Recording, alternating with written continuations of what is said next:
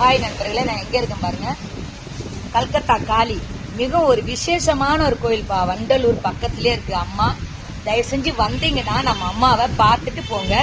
இதுல ஒரு விசேஷம் என்னன்னா, நம்ம அம்மாவை பார்த்தா நேர வீட்டுக்கு தான் போகணும். வேற கோயில் எந்த கோயிலுக்குமே போக கூடாது.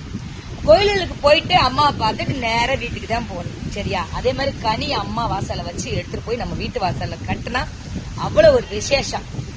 இந்த அம்மா கல்கத்தா காளி, அதாவது நான் வளர்ந்த ஊரு, 16 வருஷம் நான் வளர்ந்த ஊர் தான் கல்கத்தா காளி அம்மா. இந்த கோயிலை கட்டின அம்மா கல்கத்தாக்கு வந்தாங்க. என் தங்கச்சி அவங்கள பார்த்தாங்க.